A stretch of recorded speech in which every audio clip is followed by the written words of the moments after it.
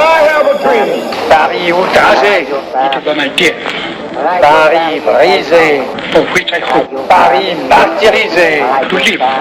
mais Paris Radio Paris est allemand. I have a dream.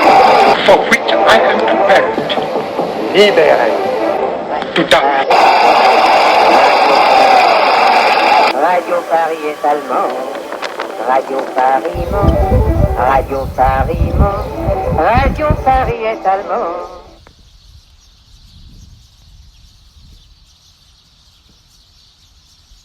Bonjour, je vous propose dans cette seconde séance méthodologique de construction du discours, avant d'étudier dans les séances suivantes un à un les différents outils du discours démonstratif, en prolongement du travail de discrimination effectué lors de la première séance, d'analyser comment d'autres construisent leur discours, notamment à travers les énoncés qui vous sont proposés, presque toujours complexes, même quand en apparence ils s'articulent sur des termes simples, que ce soit en histoire, en géographie, en géopolitique, en sociologie et en philosophie. Il s'agit de vous montrer comment, pratiquement, décortiquer un énoncé, c'est-à-dire comment mettre à nu, mettre à plat les enjeux conceptuels et contextuels qui sont sous-jacents à chacun de ces termes et aux associations ou confrontations que la position ou l'opposition des termes peuvent produire dans un énoncé. L'objectif est triple. D'abord, apprendre à identifier la charge conceptuelle d'un énoncé et chacun de ces termes. Ensuite, évaluer comment différents éléments de ponctuation ou de coordination peuvent peser sur une formulation. Et enfin, comment, à partir de ce travail d'analyse discursive, formuler une problématique qui en fasse la synthèse. Trois objectifs, donc, qui coïncide avec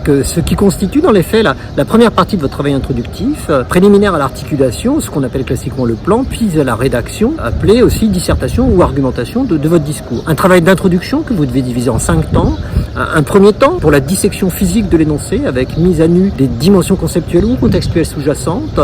Un deuxième temps pour la mise en forme de l'analyse telle qu'elle s'est profilée au fil de la phase de dissection des termes de l'énoncé, ce qui correspond à la rédaction de la première partie de votre introduction. Un troisième temps, enfin, pour la formulation de la problématique, qui n'est rien d'autre que le fruit logique de tout le travail d'analyse de l'énoncé que vous venez d'effectuer. Il ne peut donc être un simple recopiage de l'énoncé, puisque vous l'avez dépassé, enrichi, dénudé. La formulation de votre problématique doit acter ce dépassement et l'incarner, le mettre en avant. Les deux derniers temps du travail introductif, le quatrième consacré à la construction d'une arborescence, qui prépare votre réponse, et le cinquième consacré, lui, à la formation de l'annonce du plan, seront l'objet d'une séance suivante. Le travail de mise en arborescence, moins complexe qu'il n'y paraît, vous verrez, nécessite cependant une attention particulière car c'est le squelette de votre discours. Sans lui, sans ce squelette, votre discours s'identifie à une forme invertébrée. Le premier exemple d'énoncé que nous allons analyser donc est un sujet d'histoire. Sujet, la Seconde Guerre mondiale, virgule, une guerre totale, point d'interrogation. Le point d'interrogation d'abord, il n'est jamais le fruit du hasard, c'est toujours un choix qui fait sens, modifie profondément l'énoncé. Il signifie que si le caractère de la guerre 1939-1945 ne prête pas à contestation, son caractère total, lui, doit être interrogé. Cependant, en dépit des apparences, ce que le point d'interrogation questionne, plus que la dimension totale de la guerre, c'est son singulier. Car la Seconde Guerre mondiale, pour singulière qu'elle soit par sa cible systématique et sans précédent des populations civiles, n'en est pas moins profondément plurielle.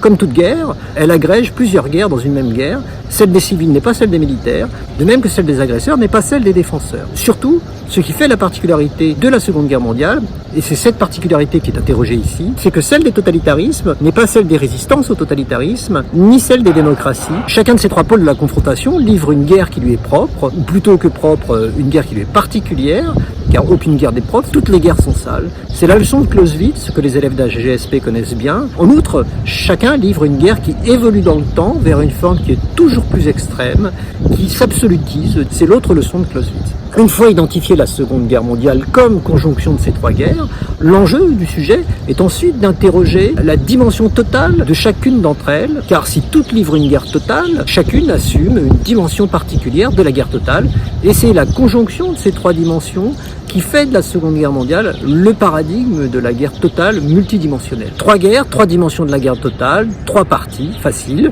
À tout seigneur, tout honneur, on commencera par la guerre des totalitarismes qui conjugue les dimensions paradigmatiques de ce qu'est la guerre totale, avec un lien consubstantiel entre totalitarisme et guerre totale, dont il faudra rappeler l'histoire parce que c'est de l'histoire. Mobilisation et confiscation de toutes les composantes de la société, guerre d'anéantissement idéologisée, légitimée par la déshumanisation des nations ou des catégories de population qui sont la cible cible de cette guerre totale, dilution de la frontière entre les civils et les militaires, et enfin, perturbation violente des hiérarchies sociales et des cohésions ou cohérences nationales. La guerre de résistance, ensuite, elle incarne d'autres dimensions de la guerre totale, avec 3 dynamiques clés innovantes, au moins par leur échelle, démilitarisation du monopole guerrier, avec un engagement combattant très fort et nouveau des civils, et pour la première fois à cette échelle, indifféremment hommes et femmes, ce qui est une autre dimension de cette guerre totale, et la dénationalisation de cet engagement résistant qui se caractérise par l'engagement très fort d'étrangers dans des mouvements de résistance nationaux, ce qui est en partie l'héritage de l'internationalisme socialiste. La guerre des démocraties, enfin, qui relaie et rejoint la guerre de résistance,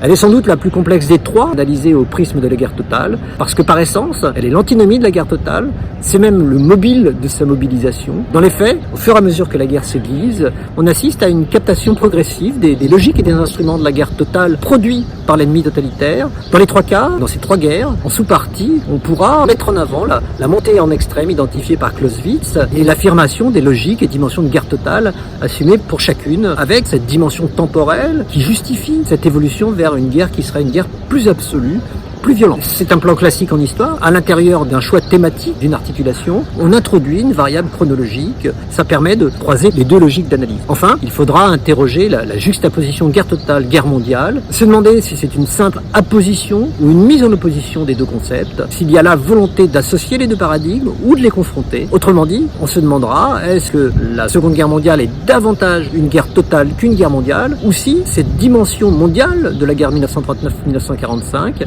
contribue à nourrir une évolution vers la guerre totale. Les élèves d'AGGSP, enfin, auront pris soin quand ils auront traité la guerre de résistance, d'en rappeler la définition de Carl Schmitt telle qu'il la formalise au lendemain de la Seconde Guerre mondiale. On pourra donc formuler la problématique qui reprend le travail d'analyse et de synthèse qu'on vient de faire en ces termes. En quoi les différentes guerres qui se conjuguent dans l'événement Seconde Guerre mondiale, à savoir celle des totalitarismes, celle des résistances et celle des démocraties, présentent-elles toutes, en dépit de leurs différences essentielles qui justifient leur confrontation, des formes complémentaires, voire comparables, et tout évolutive de guerre totale.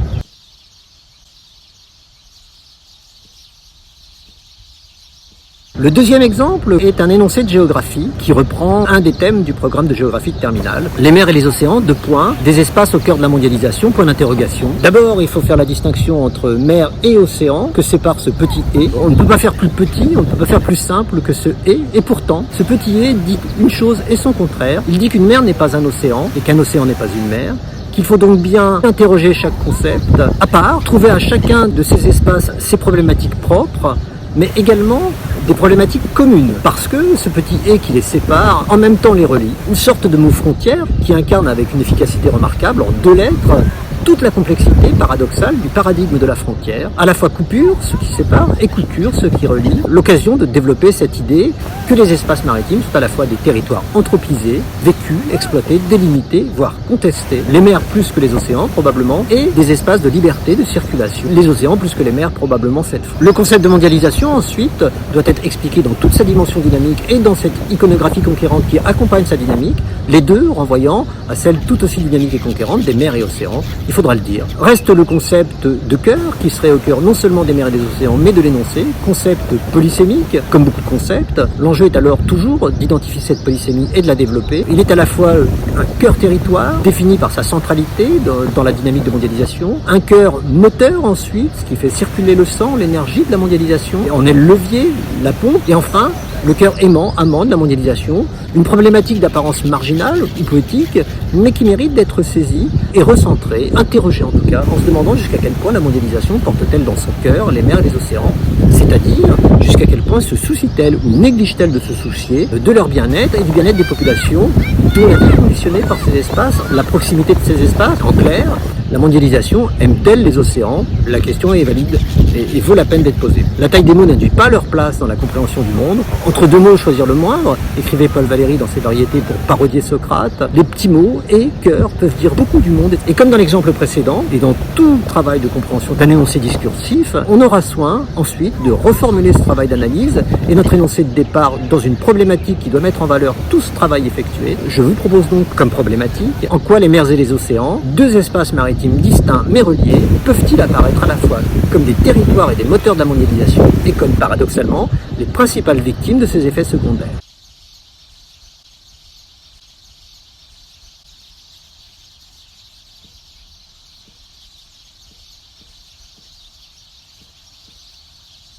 Le troisième exemple que nous étudierons dans cette séance est un énoncé de géopolitique, mais qui reprend des thèmes connus et traités par la géographie. Le développement durable, un nouveau mode de vivre et de produire, dans un plus grand respect de l'environnement, point d'interrogation, sous des concepts qui nous sont devenus familiers, que vous êtes persuadés de savoir expliquer. Une situation que raconte très bien Saint-Augustin quand il dit « Quand on ne me demande pas, je sais, et dès qu'on m'interroge, je ne sais plus ». Eh bien, cet énoncé, ces concepts sont truffés de pièges discursifs et quelque part minés de bombes idéologiques qu'il faudra mettre à nu et révéler. Le développement durable, d'abord, le concept, on l'ignore trop souvent ou on l'oublie, comme le rappelle la papesse de la géographie de l'environnement qui est Yvette Verret, est créé aux États-Unis sous le terme de développement soutenable, francisé en durable, à la même époque que se dessine le consensus de Washington qui vise à déréglementer l'économie monde et à accélérer le processus ainsi libéré de mondialisation fabriqué par ces mêmes acteurs néolibéraux dans le but de bloquer la revendication montante de l'écologie politique qui apparaît au même moment de voir évoluer l'économie productiviste vers un éco-développement inspiré par l'idéologie de la décroissance popularisée par le rapport Meadows en 1972. Objectif de cette conception originale, le développement durable ou soutenable, qui comporte une dimension oxymorique, laquelle révèle en partie cette hypocrisie originelle,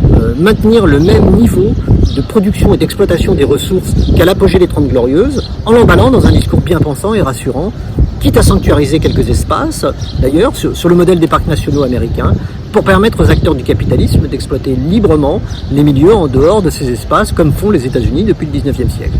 Mais qu'à cela ne tienne, les écologistes vont se saisir du concept pour bloquer leurs revendications et les faire évoluer sous la pression de l'accélération et de l'amplification du phénomène de réchauffement climatique et de la prise de conscience qu'il génère, au moins au niveau du discours, de la nécessité de préserver l'environnement et d'infléchir cette logique utilitariste de l'environnement, uniquement appréhendée comme une ressource, pour la rendre plus soutenable par les milieux, plus durable. Le critère de durabilité préfère à celui de soutenabilité, ayant pour but, en définitive, de séduire les milieux économiques, soucieux de pérenniser leurs gains et leurs investissements.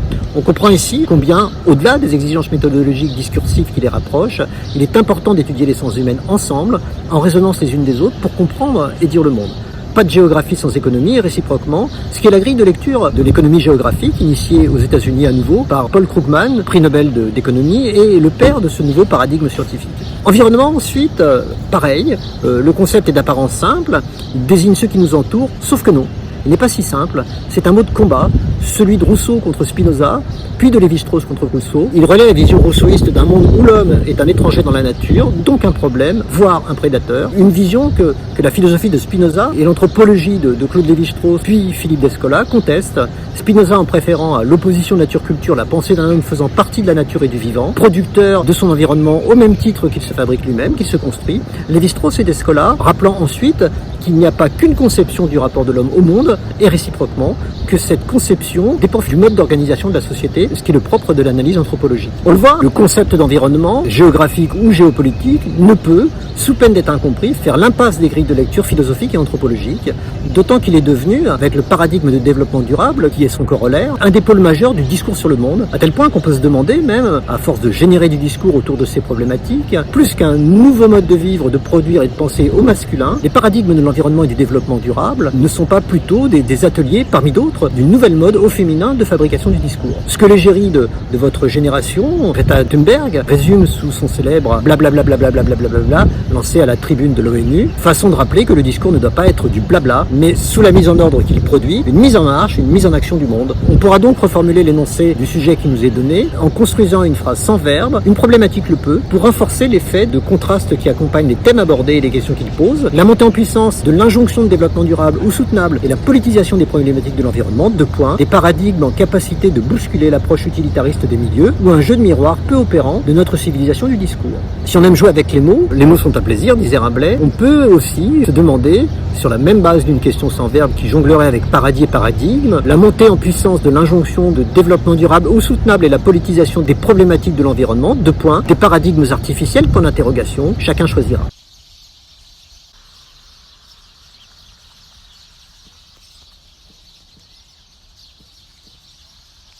Le quatrième thème que je traiterai ici est sociologique. Je reprends un thème du programme de terminale de SES. Quelle est l'action de l'école sur les destins individuels et sur l'évolution de la société? Point d'interrogation. Première difficulté, dans quel type de société s'opère ce questionnement du rôle et de la fonction sociale de l'école? Les sociétés démocratiques, dont l'analyse nourrit toute une large partie du programme de terminale, ou faut-il également sonder les sociétés qui ne sont pas démocratiques, à savoir les sociétés autoritaires et totalitaires? Un choix à opérer qui modifie profondément le sujet, le complique, mais l'éclaire, car dans les sociétés démocratiques, l'objectif scolaire d'accomplissement personnel accompagne toujours l'autre objectif assigné à l'école d'une montée en efficacité économique et sociétale du corps social, notamment dans l'édification, la formation, le recrutement des élites. L'État démocratique, même devenu biopolitique, si l'on en croit Michel Foucault, qui désigne ainsi sa substitution progressive aux individus dans l'exercice des choix qui leur sont nécessaires, reste au service des individus. Dans les sociétés non démocratiques, qui se définissent par une inversion du principe étatique, c'est-à-dire que l'État n'est plus au service de l'individu, mais les individus sont au service de l'État, jusqu'à être réifiés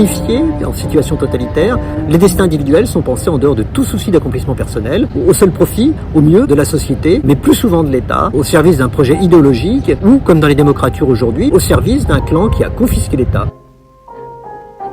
Invoquer le destin individuel, générique, évite peut-être celui trop démocratique d'accomplissement personnel et semble de ce fait permettre ainsi une distinction des modèles et les inclure. Sauf que, j'insiste, l'esprit des programmes ne semble orienter la problématique que vers les sociétés démocratiques. Vous avez un choix à opérer, à justifier et à clarifier. La mise en parallèle des termes action de l'école et évolution de la société conserve cette interrogation sur la société, car la Chine elle-même, un des derniers paradigmes de la société non démocratique aujourd'hui, assigne à l'école et à son action l'objectif de faire évoluer la société. Le sujet eût été différent si au terme d'évolution, on avait choisi celui de progrès, car vouloir faire agir l'école sur la société pour en assurer le progrès et garantir à chacun un progrès individualisé, différencié, dit l'école, s'inscrit pleinement dans le projet démocratique. La question du champ de la société à étudier reste donc entière. Une fois cette question tranchée et les concepts de destin individuel et d'évolution de la société expliqués et explicités, on comprend que l'enjeu du sujet est de questionner la capacité de l'institution scolaire et de ses acteurs à tenir les objectifs cités et d'en évaluer le niveau de réussite ou d'échec, ce qui par voie de conséquence pose la question des obstacles et des résistances ou résilience sociale, politique ou institutionnelle. La différence entre résistance et résilience, c'est qu'en situation de mise en difficulté, la résistance choisit la lutte, la résilience choisit l'adaptation. Y répondre suppose donc d'avoir une culture et une vision claire des objectifs de l'école, des moyens et politiques mis en œuvre à différentes époques, des résultats obtenus, réussite ou échec, et surtout, puisqu'il s'agit d'en étudier l'action, des différents acteurs mobilisés par le projet scolaire, avec pour chacun de ces acteurs une capacité acquise à évaluer le niveau de responsabilité dans la réussite ou l'échec de la mission assignée au projet scolaire, responsabilité du corps social, soumis à la force de l'habitus, si l'on en croit Bourdieu, responsabilité du corps institutionnel, au corporatisme réputé marqué mais qu'il faudra interroger, responsabilité enfin du corps politique. Sauf à contester avec Michel Foucault, à nouveau lui, mais il a le mérite rare d'établir des ponts entre les sciences humaines, l'une des ambitions de ce book, sauf à contester avec Michel Foucault, disais-je, l'honnêteté de l'ambition démocratique scolaire au profit d'une vision plus pessimiste d'une école davantage coercitive qu'éducative, si on en croit Foucault, qui la voit plus comme un instrument privilégié d'une société de contrôle, caractéristique, épistème, dit-il, de notre société contemporaine, en prolongement de l'épistème de l'enfermement dans lequel la société moderne, c'est-à-dire celle qui nous a précédés, avait institué l'école davantage comme un instrument de régulation sociale que comme un double levier d'éducation et d'évolution. On pourra donc reformuler l'énoncé discursif de notre sujet en ces termes. L'institution scolaire, en particulier démocratique, est-elle en capacité d'atteindre les objectifs pluriels de réalisation personnelle et d'égalisation sociale auxquels les sociétés démocratiques, attachées aux valeurs de progrès, l'ont assigné ?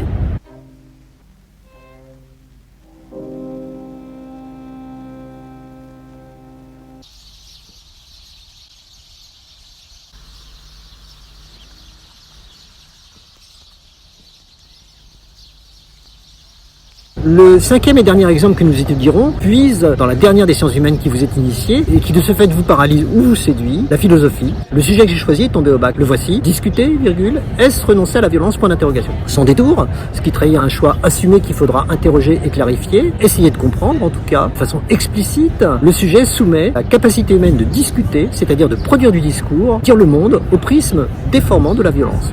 On le comprend, ce lien mécanique que ce prisme tisse, comme aime dire Platon, entre les deux pôles l'épaule de l'énoncé, aussi riche que court, doit être, avant même d'en évaluer la pertinence, critiqué. Une critique qui doit apparaître clairement dans le plan de votre argumentation et dans votre discours sur le discours. L'historiographie de la cité, c'est-à-dire l'histoire de la cité, cet espace sociopolitique qui historiquement organise le vivre ensemble et discuter comme cœur conscient de son paradigme, fournit un bon exemple, incontournable il me semble, de par sa place dans la genèse non seulement du logos du discours, mais aussi de la philosophie, du rapport qu'il existe entre le discours et la violence.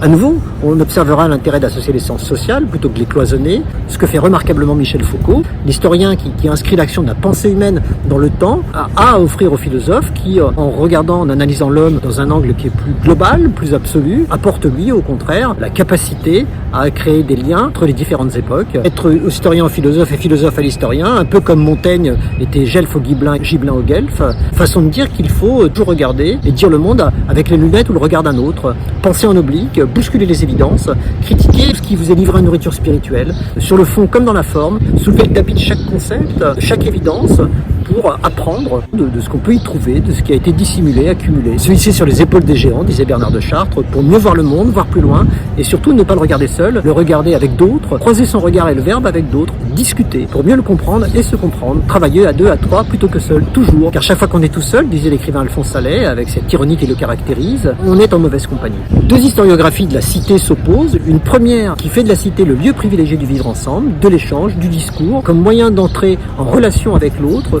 de la construction d'une harmonie sociale, protégée par des lois et des mécanismes de régulation, centrée autour d'un hyperlieu, paradigmatique lui-même dans ce paradigme qu'est la cité, où se concentrent toutes les discussions de toute nature, politique, commerciale, amicale, philosophique, cet hyperlieu qu'est l'agora. Il est le cœur de la cité harmonieuse. La seconde historiographie met au contraire l'accent sur les conflictualités, qu'on appelle les stasis en grec, comme le rappelle la grande historienne de la cité qui était Nicole Leroux, et le règlement de ces conflictualités comme source d'organisation sociale et politique de la cité. Discuter est alors institué et codifié pour réguler la violence des rapports politiques et sociaux. On le voit, le sujet s'inscrit explicitement dans cette deuxième grille de lecture et ignore la première. L'ambition de l'ONU est le rêve d'une cité mondiale fondée sur l'harmonie et le dialogue entre les nations, concept qui pouvait désigner également les classes sociales avant le 19e siècle, s'inscrit dans cette longue histoire de la cité et dans cette confrontation entre les deux approches historicisées. Puisqu'après la Seconde Guerre mondiale qui constitue un modèle de relations violentes dans lequel les verbes à bois et les armes ont relégué le discours et le dialogue au profit d'une logique d'étude conflit, cette ambition d'une démocratie mondiale s'affirme justement comme une volonté d'imposer le modèle d'une cité harmonieuse à l'échelle mondiale pour imposer le discuter comme une alternative à la violence, mais plus encore comme un contre-modèle. L'ONU incarne ici peut-être un aboutissement du combat entre les deux modèles du vivre ensemble, logique de violence versus logique de dialogue, la condamnation des responsables de la guerre au terme de la Première Guerre mondiale, puis le jugement et la condamnation des responsables, sa montée en extrême à la fin de la Seconde Guerre mondiale, semble traduire cette évolution. Votre réponse devra donc exploiter ces trois axes. Le premier, critiquant le sujet, qu'on pourra présenter comme discutable au prisme du lien mécanique qu'il établit avec la violence. Le second se demandera comment et jusqu'où discuter est en capacité et en devoir de réguler la violence présentée comme inhérente à tout rapport social et politique. On prendra politique ici dans son sens étymologique de vivre en cité, mais aussi au sens moderne qui tente à réduire l'occurrence aux seules problématiques des choix de gouvernance de la cité. On aura soin également de rappeler l'empreinte marxiste de cette inhérence, donc de la questionner. En troisième axe, enfin, on se demandera si au contraire d'être en recherche et en capacité de réduction de la violence, la mise en discours public de sa pensée, ce qu'est discuter, n'est-elle pas au contraire source de violence, ce qu'est disputer, qu'on pourra opposer à discuter par un jeu de mots et de lettres. Quitte à voir, avec l'historienne Nicole Leroux, dans cette violence générée par le discours, la source d'un compromis fondateur de la cité, du vivre ensemble et du dialogue, y compris philosophique d'ailleurs. Façon d'associer les deux modèles dans une commune genèse du vivre ensemble et du discuter. Façon aussi de rappeler que la plupart des courants d'idées philosophiques se sont construits les uns contre les autres, Parménide contre Héraclite et les pythagoriciens, Socrate et Platon contre les sophistes, etc.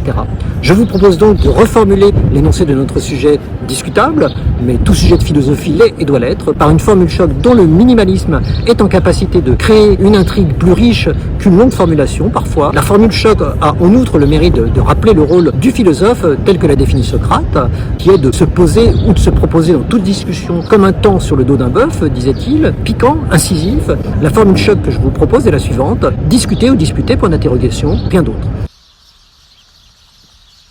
On l'aura compris, penser un énoncé, un discours, le déconstruire, pour construire ensuite son propre discours sur le monde, induit par cet énoncé et ce qu'on en aura compris, c'est un double travail de détricotage puis de tissage de tout ce qu'on a détricoté. Un travail qui requiert à la fois de la méthode et de la culture. Pour la culture, si son fondement est l'apprentissage, l'acquisition de connaissances, ça ne suffit pas. Pour que cet apprentissage produise de la culture, c'est-à-dire un bagage analytique utilisable en toute situation d'analyse conceptuelle, il faut que cet apprentissage soit mis sous tension. Par votre curiosité d'abord, qui n'est jamais un défaut, en vous demandant, en présence de toute information qui vous arrive, par apprentissage ou par imprégnation, avant de la stocker, de la mémoriser, à quoi elle peut servir. C'est-à-dire, qu'est-ce qu'elle vous apprend sur vous et sur le monde, sur l'humanité. Et en vous demandant ensuite en quoi l'information qui vous arrive peut être un élément de valorisation. Sinon, une information, une connaissance que vous emmagasinez sans vous être posé ces questions ne sert à rien, d'où votre sentiment souvent très partagé que tout ce que vous apprenez, en sciences humaines notamment, ne vous sert et ne vous servira à rien dans la vie. Ce travail culturel, fastidieux au départ, cesse de vous voler du temps et de l'énergie quand il devient un réflexe, un automatisme, peut même devenir un jeu, un plaisir,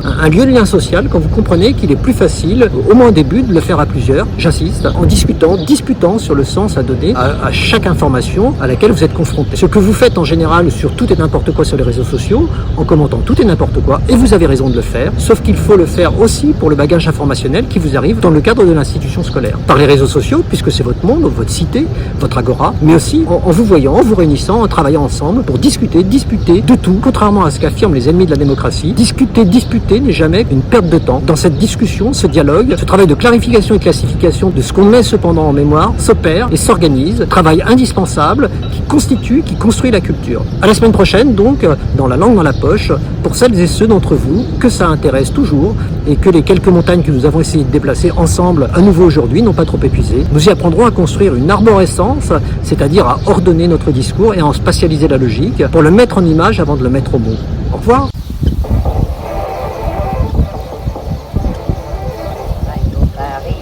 Français, c'est moi, Churchill, qui vous parle. Si je vous parle aussi carrément, excusez-moi, mais ça n'est pas le moment de mâcher les choses mieux. Allons, bonne nuit. Dormez bien, rassemblez vos forces, car l'aube viendra. Brillante sur les bras. Radio Paris est allemand. Radio Paris ment. Radio Paris ment. Radio Paris est allemand.